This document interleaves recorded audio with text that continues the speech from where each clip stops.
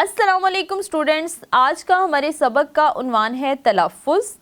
तलफ़्फ़ुज़ में हम पिछले सबक में 5 अलामात के बारे में बहुत डिटेल से पढ़ चुके हैं, जिनमें ज़बर, ज़ेर, पेश, सुकून और तशदीद शामिल हैं। आज के सबक में हम अगली 5 अलामात के बारे में पढ़ेंगे जो कि निस्बतन कम इस्तेमाल होती हैं, लेकिन सही तलफ़्फ़ुज़ के साथ इनका जानना बहुत ज़रूरी है।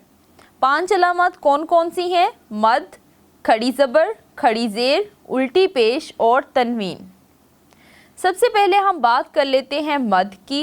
ये अलामत सिर्फ अलिफ पर लगाई जाती है। अलिफ के ऊपर मद, जिस अलिफ पर ये होगी उसे हम अलिफ ममदूदा कहेंगे। जहाँ ये अलामत हो वहाँ अलिफ को लंबा करके पढ़ते हैं, मसलन आम, आज, आन, आग वगैरह। अब हम देखते हैं कि खड़ी ज़बर क्या होती है। ये अलामत सिर्फ अरबी अल्फाज में इस्तेमाल होती है, मसलन लफ्ज़ इसहाक, इसहाक में हे पर खड़ी ज़बर है। इसी तरह ईसा, मूसा और अल्लाह पर भी खड़ी ज़बर है। और खड़ी ज़ेर क्या होती है? ये अलामत हर्फ के नीचे लगाई जाती है, जैसे आला, मुश्तबा वगैरह।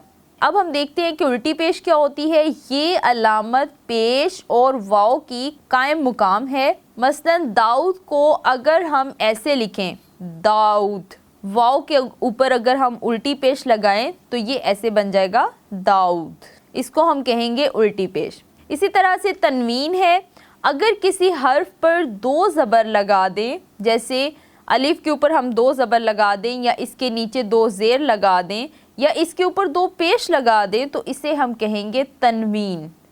ये अलामत उर्दू के चंद अल्फाज में इस्तेमाल होती है, मसलन फ़ौरन।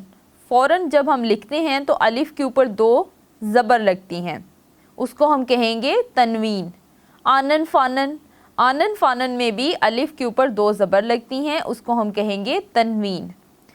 तो बच्चों, आज के सबक में हमने सीखा मद, खड़ी ज़बर, खड़ी ज़ेर, उल्टी पेश और तनवीन के बारे में। अलामात के अलावा तलफ़्फ़ुज़ के सिलसिले में चंद बातें और जानना भी बहुत ज़रूरी हैं, जैसे कि वाव की 2 आवाज़ें हैं। अगर वाव से पहले हर्फ पर पेश लगा दिया जाए तो उसकी आवाज़ पूरी तरह ज़ाहिर करके पढ़ी जाएगी, जैसे खूब, बूट, नूर। इस वाव को वाव मारूफ कहते हैं और जो दूसरा वाव होता है वो वाव मजहूल होता है। इससे पहले हर्फ पर कोई अलामत नहीं लगाई जाती, मसलन को, बोलो, सोचो, रोको वगैरह। ये वाला वाव जो है ये वाव मजहूल है। और इसी तरह से वाव की तरह छोटी ये की भी 2 आवाज़ें हैं, जैसे छोटी ये से पहले हर्फ के नीचे ज़ेर होगा तो उसे खूब ज़ाहिर करके पढ़ा जाएगा, मसलन तीर, तीतर, पीर, खीर, हीर। ऐसी छोटी ये को याए मारूफ कहते हैं। दूसरी छोटी ये जो है जिसके हर्फ के नीचे अलामत नहीं होती, याए मजहूल कहलाती है, मसलन शेर, बेर, बटेर। और बच्चों की सहूलत के लिए याए मारूफ को छोटी ये और याए मजहूल को बड़ी ये भी कहते हैं। आपने याद रखना है कि हरूफ तहज्जी में जो आप छोटी ये और बड़ी ये पढ़ते हैं, छोटी ये को हम याए मारूफ कहते हैं और बड़ी ये को हम याए मजहूल कहते हैं।